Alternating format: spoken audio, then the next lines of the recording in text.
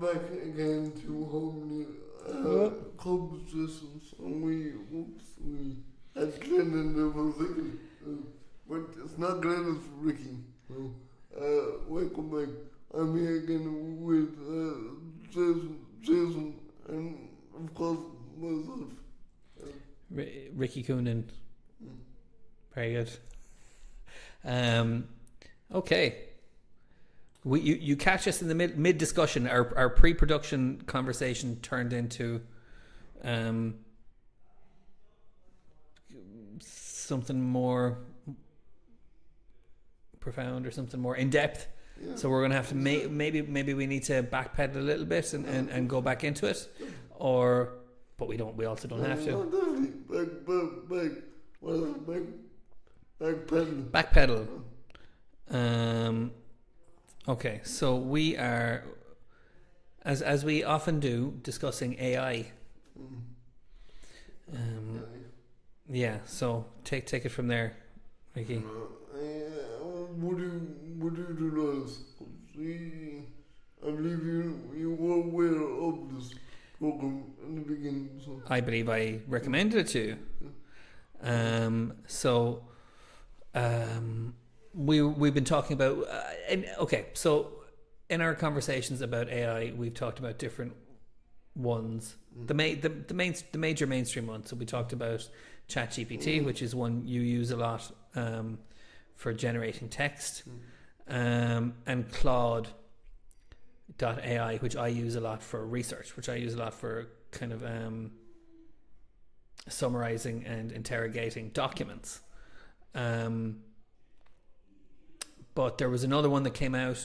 It's been out for a while, which is Google's AI, which is called Notebook LM or Notebook.lm, and it has a lot of the features of other AIs. I don't think you can ask it questions just the way you can with ChatGPT. Yeah, I don't know about it. I think it is mainly for documents and notebooks and text. And video. Right. So it's all about. No, I could be wrong, but it's all about. So you create a notebook, you upload sources and documents, and you can ask it questions about those documents. And one thing that I thought was particularly interesting, particularly for people who are auditory learners or people who want to learn on the go and don't want to read stuff, is that Notebook.lm or Notebook LM will turn a piece of text into a podcast where it has two presenters discussing the core ideas of the text. Now, with any AI, you have to be careful about how accurately or comprehensively any of this is done. But just if you don't like reading on the bus, pardon us. Okay, that's all right.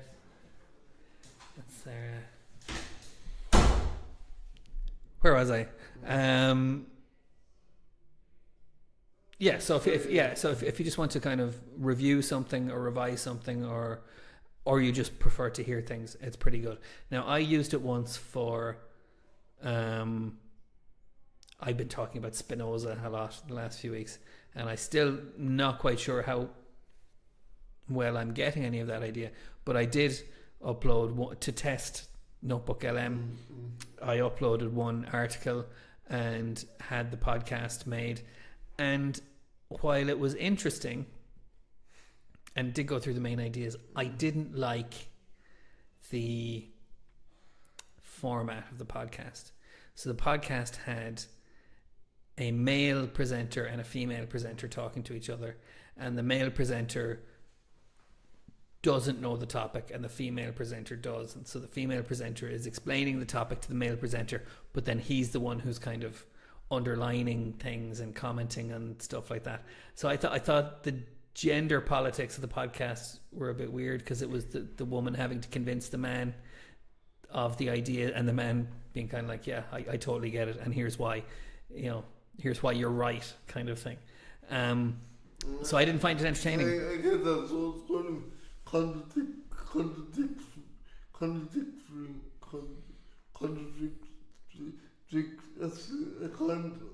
I can't get it. Contradictory? Yes. Okay.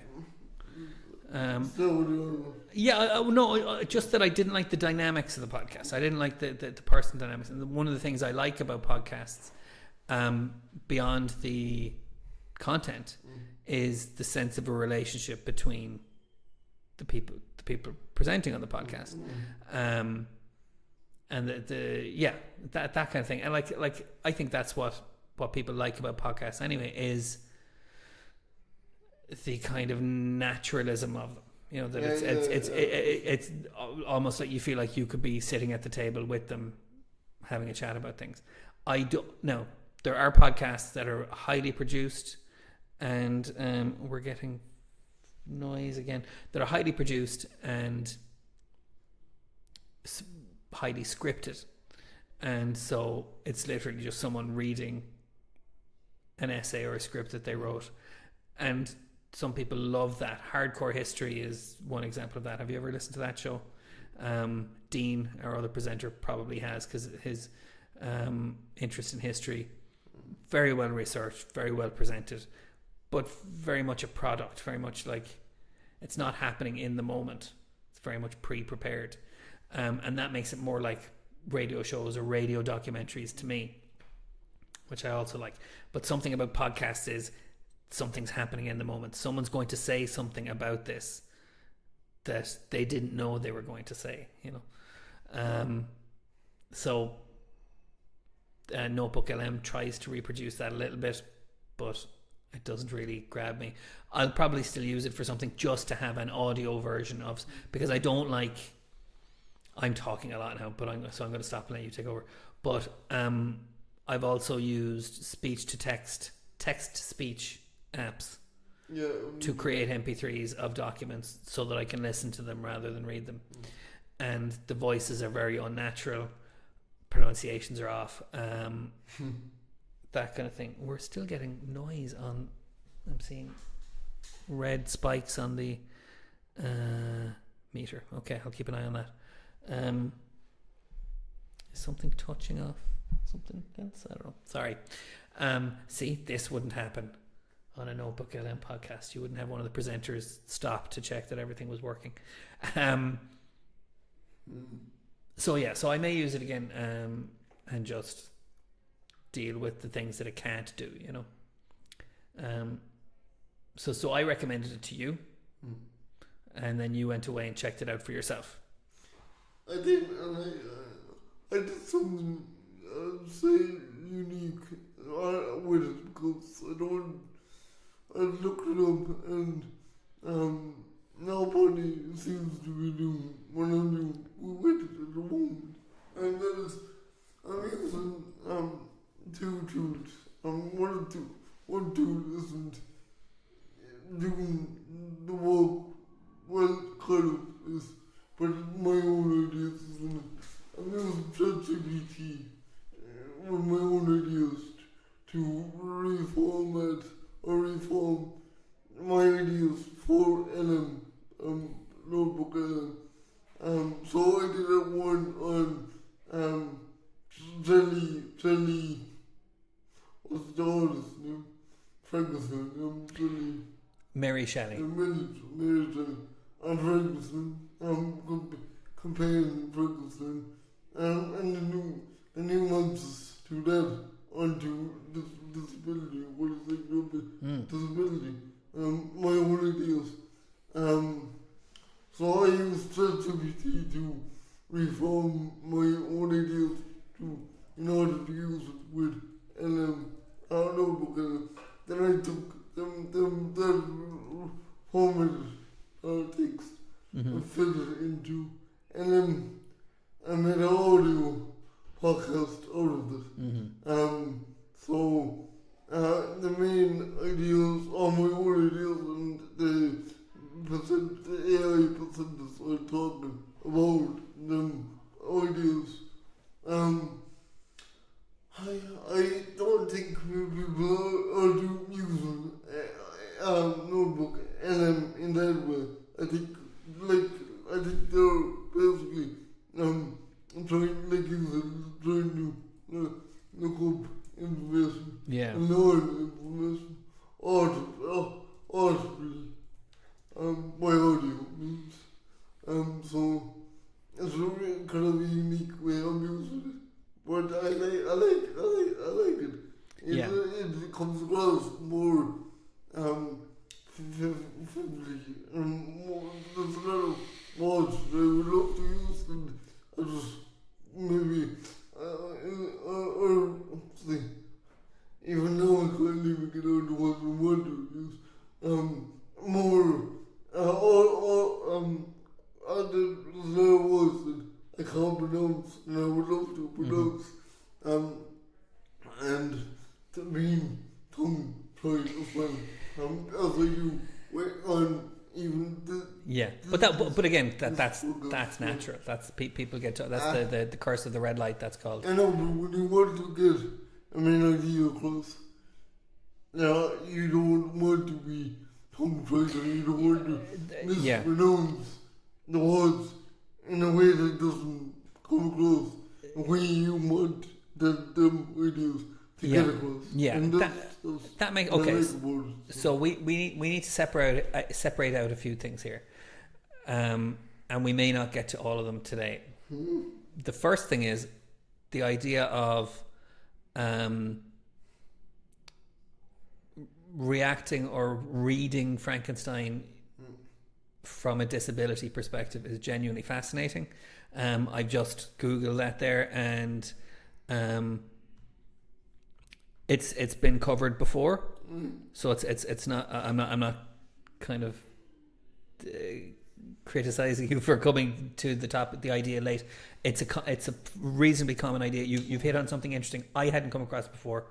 Now I have. So like it's cool that like you generated that idea yourself. So I want to hear more about that, regardless of the other stuff. The other thing then is, and this is where we were kind of in the middle of a mild debate at the start of the show, was using AI to modify the presentation of your own ideas, and whether, and with complete due respect to how AI makes things easier for you as a creator, is there a question of authenticity once the final product is made, if it's a different voice to yours? I suppose I'm even thinking I'll give my personal reaction. I didn't have a problem with the idea of you using ChatGPT to generate and edit text based on your own ideas. But when it came to the idea of you using Notebook LM to generate a different voice to present that text, then I balked, and I'm not sure why. So I need to kind of think about that a little bit. Yeah, the way I'm looking at it is, for me personally, I can speak. I'm okay with speaking. Words do slip my mind sometimes when I'm nervous, when I'm want to get across, idea across very, very, very fast. I tend to not use particular words I want to use. But so I'm okay in this sense. A little bit depends. But for someone who cannot speak, who has a mind of their own and thoughts of their own ideas, but cannot speak that well, and cannot articulate themselves in the manner they want to articulate in this, I think would really benefit. Okay, so you're talking more about using AI as a form of AAC, as a form of augmentative and alternative communication. AAC is a thing that's been in speech therapy and occupational therapy for decades, and we've seen people use the speech generators, the light writers, and that expanded to people being able to use phones and iPads, and like a light writer that costs hundreds, even possibly thousands, is now replaced by a €5 app. We've seen progressions like this, and you mentioned Stephen Hawking in our pre-production conversation about how he used very rudimentary speech synthesis software, and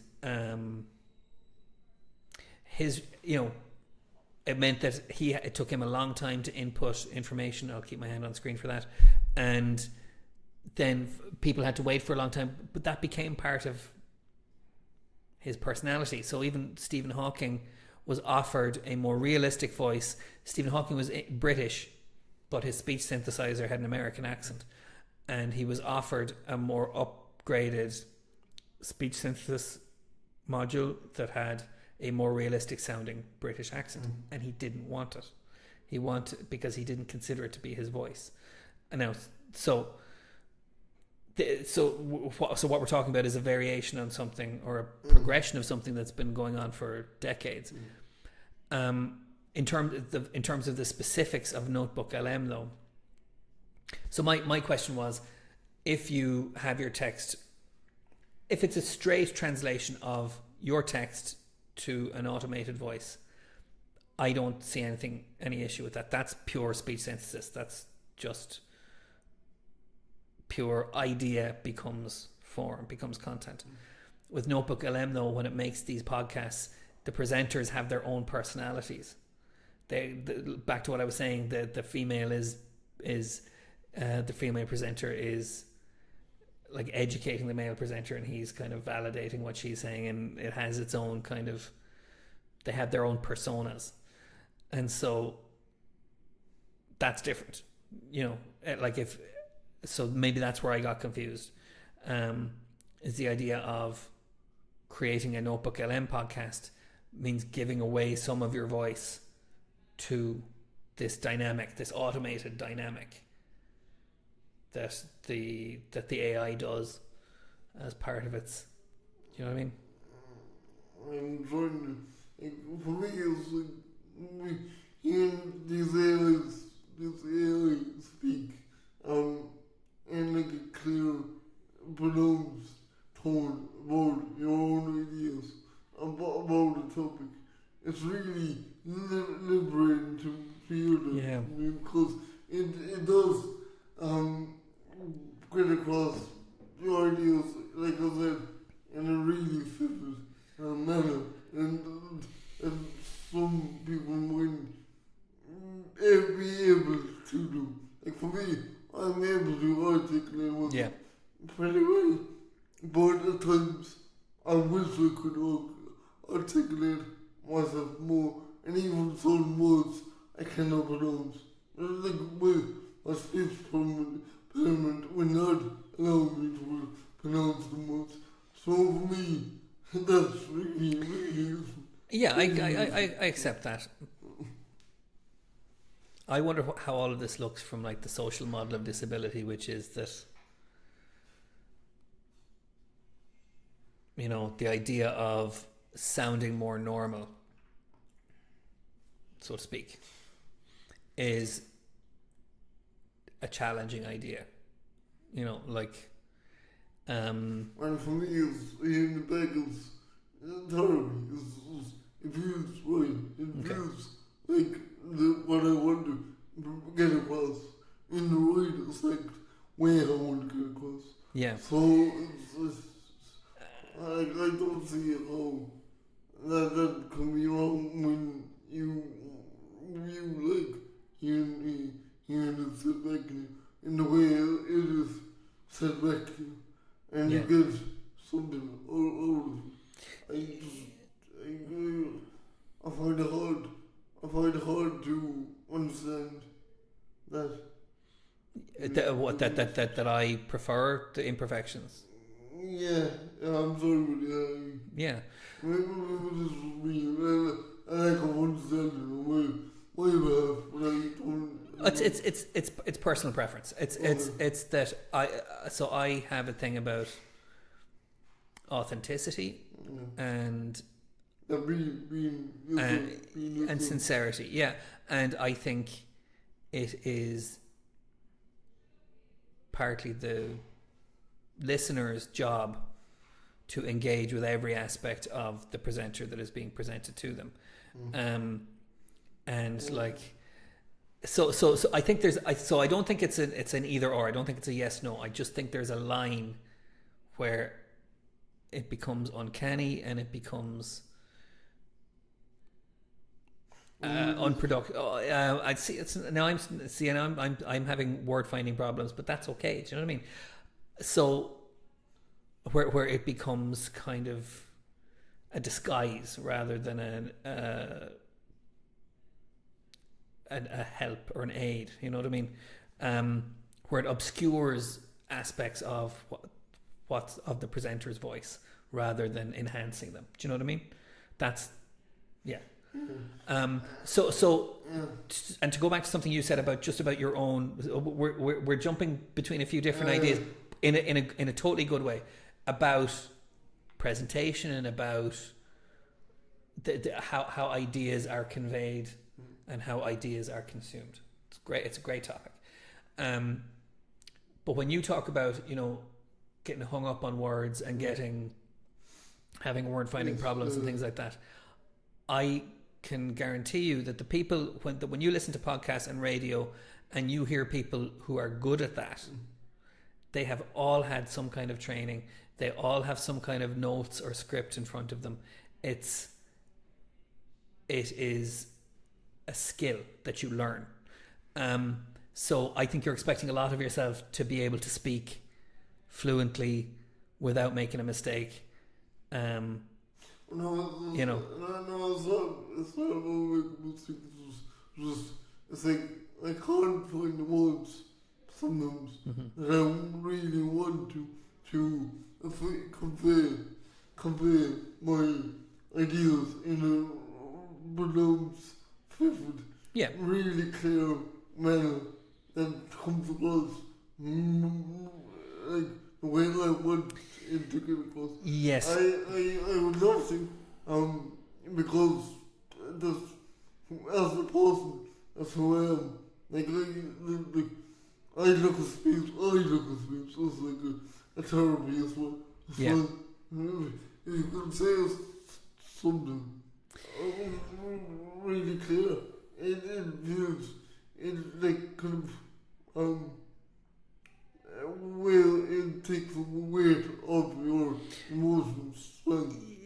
Yeah, it does. Oh no, I mean, this is the thing. This is what I'm talking about, is finding the line between where it's a tool and where it's a crutch. And I know crutch is a tool. I mean, and crutch that's actually ableist language, so I'm sorry I use that. So where it's a tool and where it's a cheat. But there's another. I don't even care about that, because taking short. I'm a musician. I create music. I have all sorts of ideas about what I consider good in music and how that influences the music I try to make. And there are people who'll sit down and they'll write 3 chords and they'll bang out lyrics in 10 minutes, and it's amazing for what it is. And then there are people who'll spend 10 years crafting an intricate opus, progressive opus, and that's great too. And one isn't better than the other because it was quicker, or because it took longer, or because it's more intricate, or because it's more simple. It's just what hits you. It's the way it hits you when you hear it. Okay, so what I'm talking about is style. And style is, everyone has their own style, and the words you use or don't use are your style. And when you come across new words and you decide you want to use them more, that's the evolution of your style. It feels like a leap to be kind of, but I think with AI, and I found this with ChatGPT doesn't have a style. You can ask it to write something in a style, but that's just somebody else's style. And when you ask ChatGPT any question, it gives you the answer in exactly the same format every time, and that's very clear for the conveying of information, but it's not necessarily going to kind of make you stop and think. It's not going to think, oh, that's a really good turn of phrase, like I'm like, do you know what I mean? So when I'm listening to I get you. Let me just know, because it's this. Would it be better, because I know with this you can also it also generates a script to go along with it. Mm-hmm. So if you got the script and you re-download the script and you edited it to convey the words you want to put in to that script. Would that be any? That's the part I have no problem with it. That is because there is an editorial process, there is a curation process, there is your sensibility decides what you consider is working or not working. It's when that is sent out, and you're using a different voice to do it, or different, or another process to kind of make it more palatable or make it more accessible or whatever. I'm worried. I'm not saying that it would happen. I'm worried that something would be lost. No, I get it. And with me, if I didn't like something in the podcast that I didn't think should be there, or a certain word that should be there, I would definitely edit it and amend it. I wouldn't just go with it. I would definitely re-edit it. Okay. But what I'm saying is, the way it is now, I do like the particular words that is conveyed in the podcast.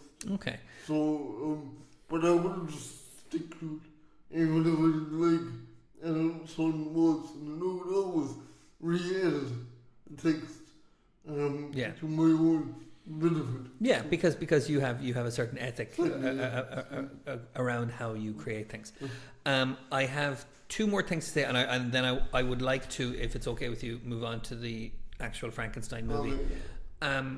One is, would you, if AI could do it, have AI clone your own voice and then generate audio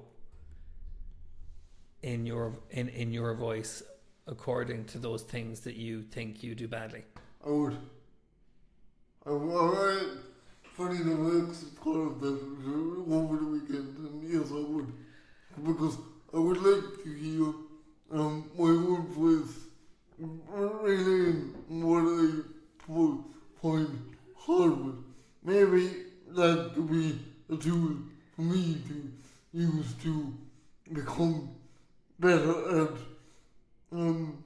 vocabulary. So it could be like, it could become a learning tool in order for me to make my pronunciation more better.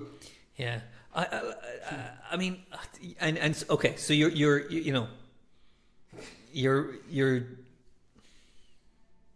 I like the way you're responding there, that it's not about doing something for you, it's not about hiding something about yourself that you don't like, it's about using it productively for yourself. I don't know that everybody would, with the same options, do it the way you would, the way you're talking about.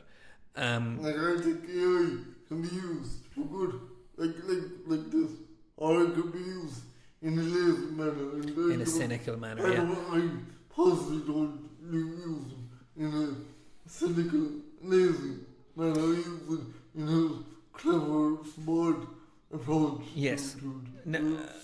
But there is still this idea of, and maybe I shouldn't be challenging you like this on a public forum, but it is the idea that, like, we're back to the social model of disability, the idea that, like, people with disabilities not being listened to or not being facilitated, or having decisions made on their behalf because of how society views disability. If you obscure your disability in any way, if you hide your disability, or if you modify it in any kind of way, are you doing their work for them? Are you kind of accepting that certain kinds of disability presentation should be hidden, should be disguised, should be what's the word? Modified, yeah. So you're gonna have to explain that to me because I'm trying Yeah. to see where it comes from. You talk about AI, Yeah, well, I'm just talking about the idea that you would change how that you would use it, or that, I mean, AI being a very strong way of doing this, of use, of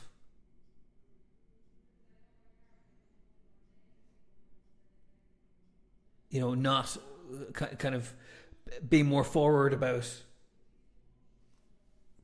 the aspects of yourself that are derived from your disability or from the things, like you said, speech articulation or whatever, that like hiding those things or obscuring them or like overlaying them with AI is kind of politically challenging, or like kind of doesn't advance the cause of people with disabilities, because disability should be about acceptance and inclusion of all kinds of functioning. I can't give you an answer on that, but what I can say is it's good anyway. Like, people don't listen, people don't hear, they don't, and maybe they don't want to. I don't know. And when it comes to politics from public bodies, I don't know, it's like this already. So what's the difference? Okay. That's what I would okay. think anyway. I will say I did recommend your YouTube channel, Disabled Gamer, to some occupational therapists who were interested in finding out about accessible gaming, and I think your channel has more impact in your direct human voice than it would in a clearer, smoother, faker AI voice, No, actually that's because I could speak on it. The reason that is when it comes to gaming, it's less complicated. The stuff I'm talking about, I know. Well, it's not that I know, but I can articulate myself because I know the words. I can't describe, but I know the words clear enough to articulate. You know your topic. Yeah, but when I'm talking about more complex conversations that in my mind I know what I want to say, but I just don't know how to say it that comes across clear to the audience or people, and without getting confused or misconstrued. That's when I would use AI in those moments. I would still see what I'm hearing is that there's a kind of a black box here, and a black box is when there's a process of steps, and one of them is unclear, and something goes in, something comes out, but we don't know what's in there. There's a step that we don't quite understand, and I think the black box here is that you have ideas that are too big for your own head. Do you know what I mean? Like you have so you want to find out the vocabulary for them. You want to kind of get to grips with these ideas, and then you want to share your learning of that. But what I'm hearing is like, and this isn't a criticism of you, but it's maybe a thought about how fast the world moves these days, which is that like what you're talking about is a college course or reading a series of books or these kind of things that like where the things you're interested in that you have a sense of but not necessarily the vocabulary for or the full sense of how these ideas are used in the world.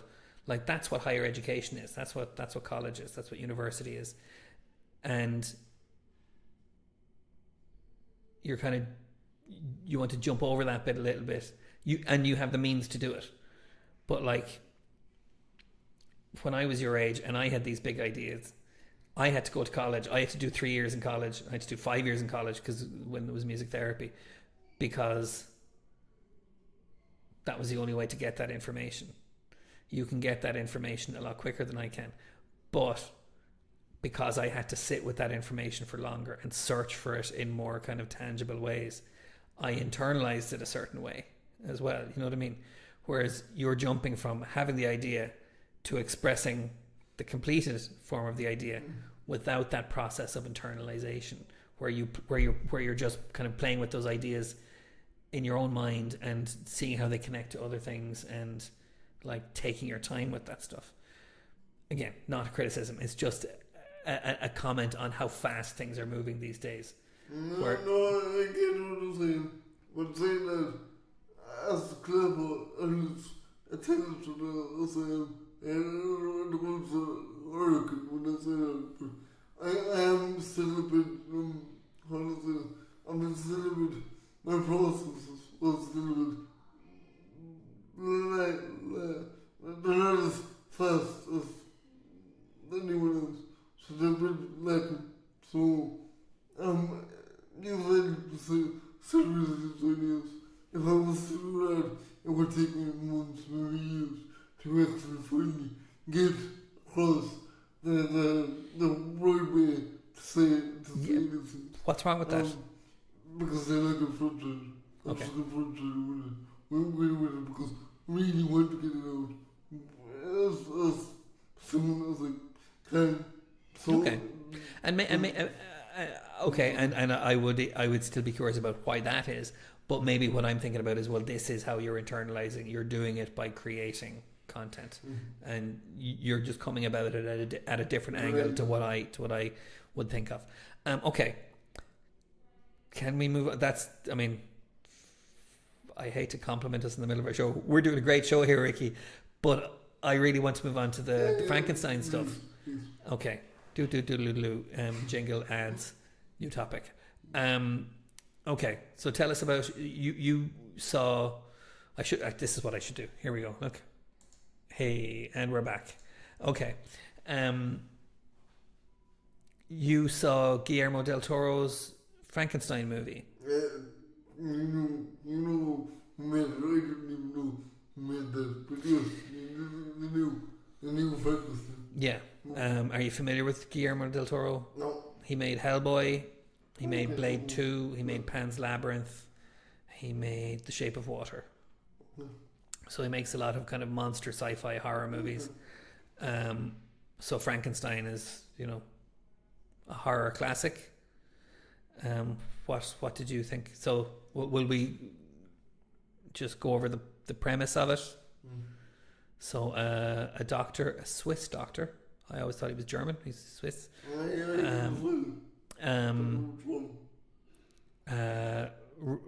Gets into the idea of reanimation, of reanimating the human body.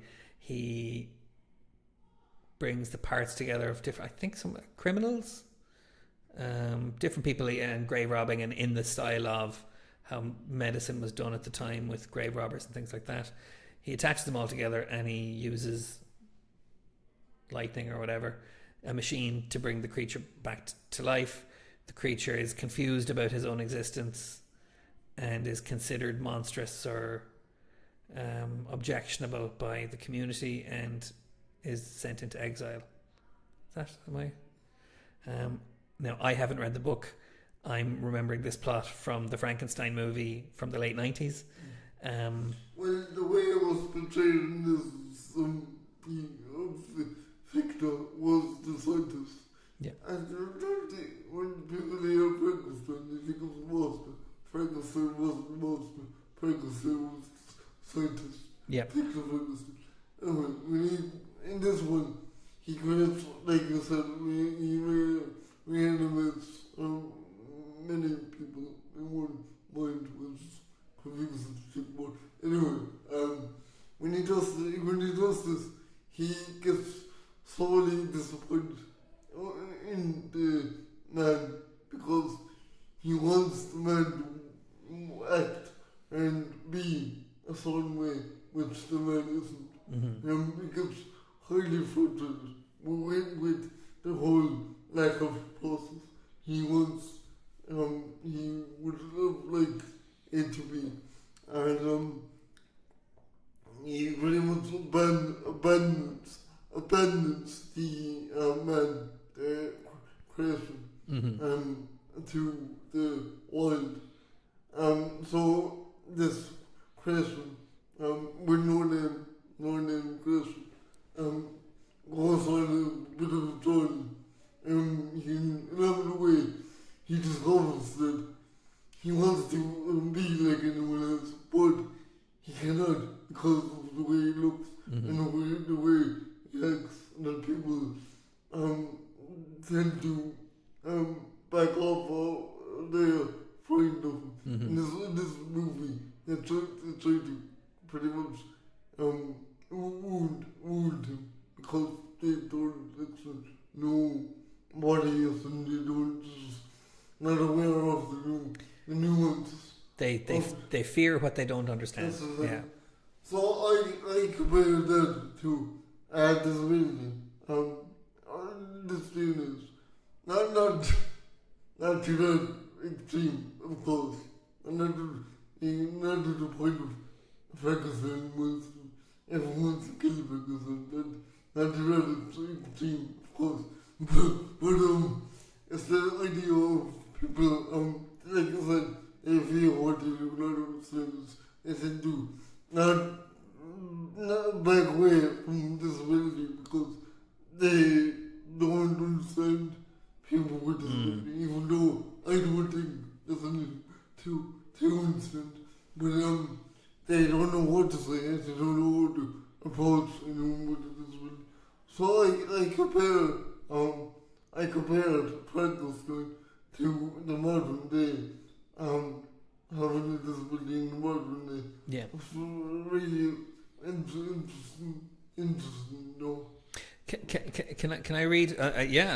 Can I read a couple of headlines on this topic just from the internet, specifically about the movie you just mentioned? So, a journalist in The Guardian called Catherine Bromwich has a headline saying horror movies have an ableism problem. Films such as Frankenstein still use disability as a shorthand for moral depravity, but human behaviour is far scarier than human appearance. So that's interesting. So she's saying the other side of what you're saying. So you're saying that Frankenstein shows the social model of disability by showing how people's reactions to someone they perceive as other are harmful and unfair. And even though the wouldn't always be the case. Yeah. There's a lot of unconscious behavior. There's a lot of bias, unconscious bias, prejudice, whatever. Yes. When it comes to these things. Yeah, and I suppose So what the Guardian article here is saying, that the other thing happens, which is where villains or monsters are deliberately made to have disabilities in order to provoke that reaction from the audience. And I think that's good. Yeah. I think that's good because it points out a flaw in society. And society should face that on.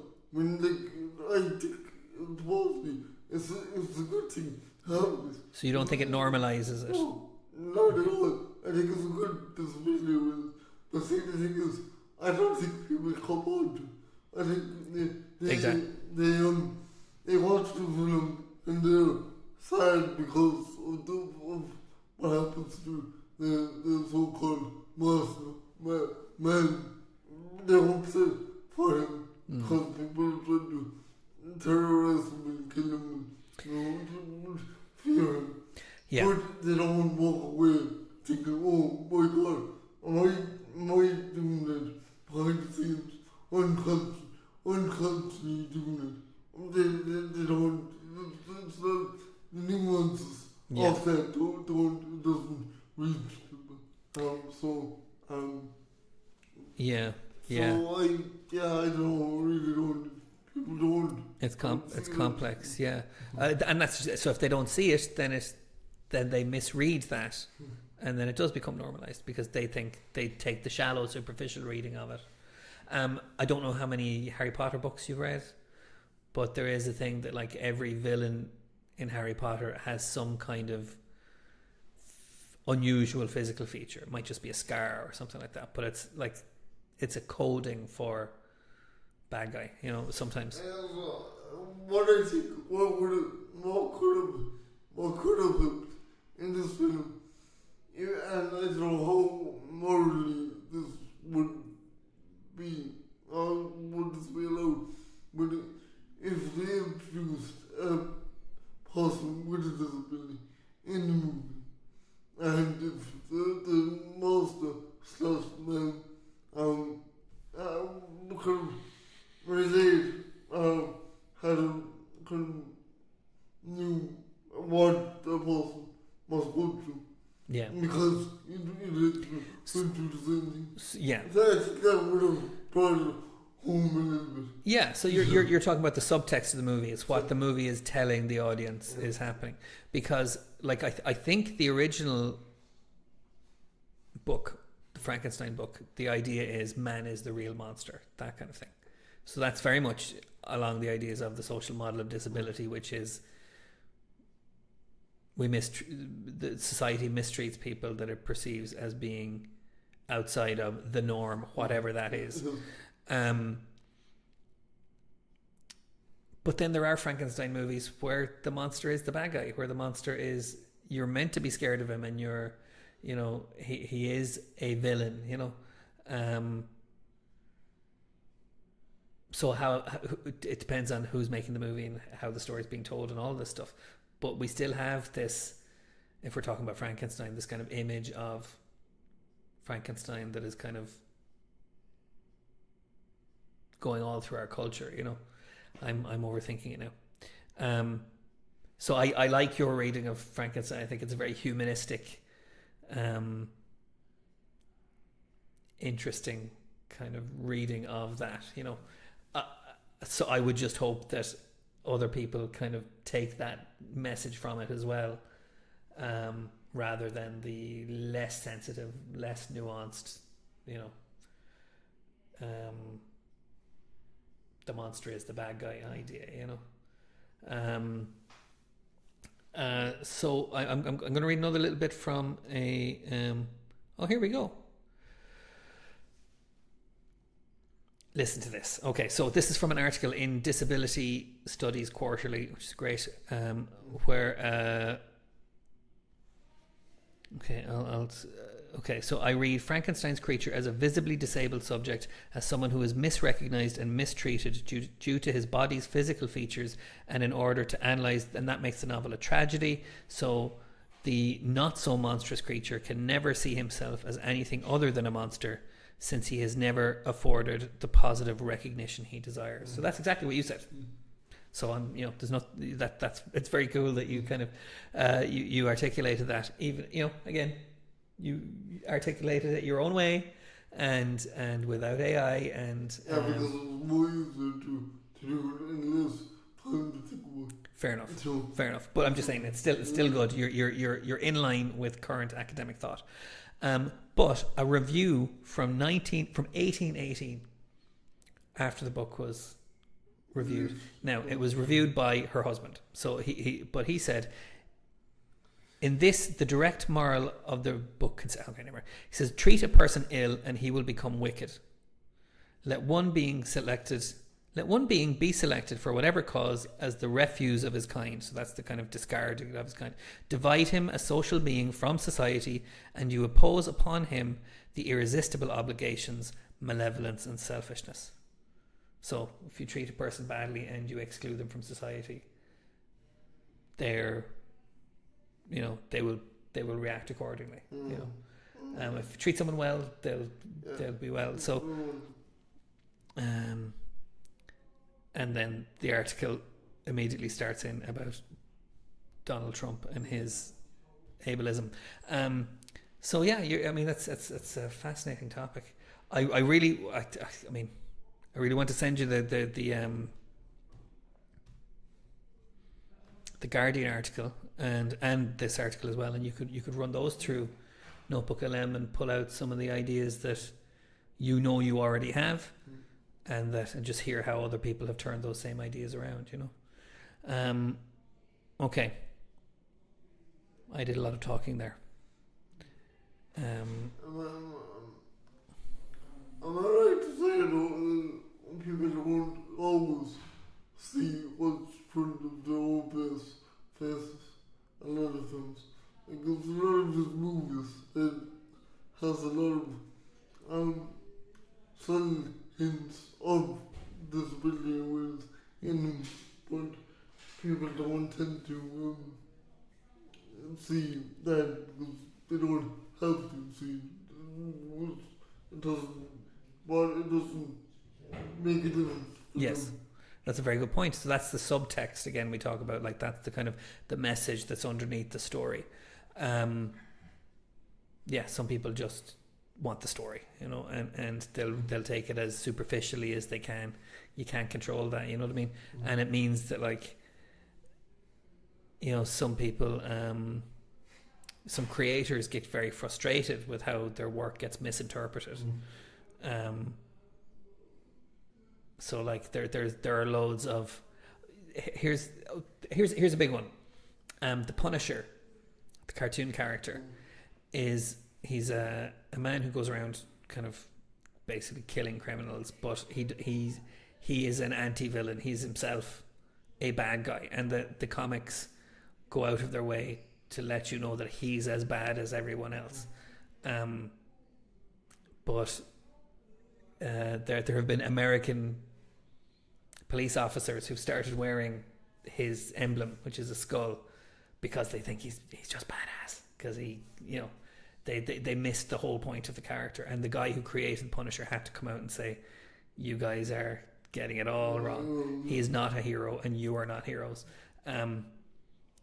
And yeah, because they took the most superficial reading possible from those texts, you know. There were probably better examples. That's a very unpleasant one. There we go. Okay. Ricky, final words. I'm starting to think, like, in terms of, I'd almost split this into two shows,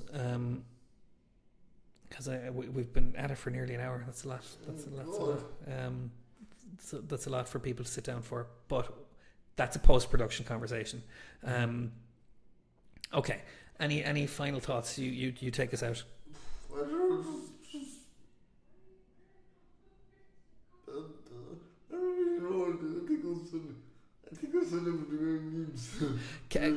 Can I come back to something that I meant to say earlier? You can publish Notebook LM podcasts commercially. I don't know if I will regret telling you that. I'm sorry, no. What's that mean? Commercially, it means like you can get paid for them. You can put them up on a platform. Oh yeah, you can do that. Yeah. So you retain ownership of the intellectual property rights to the content you create using Notebook LM, including podcasts. So you can publish them. I hope you don't, but that is. I'd rather have Ricky on the mic than AI Ricky. Still, I think it's the ideas that you have.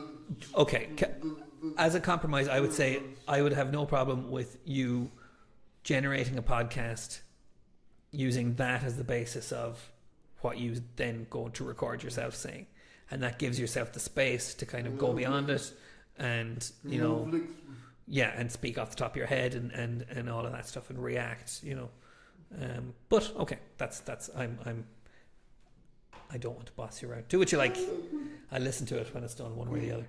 Okay. Okay. Well, that was really interesting. So, thanks for listening, and I won't be back next week. I think Claire will be doing the radio next week. We'll see what happens. We keep it flexible. For now, I will bid you farewell and good night and goodbye today. Bye, guys.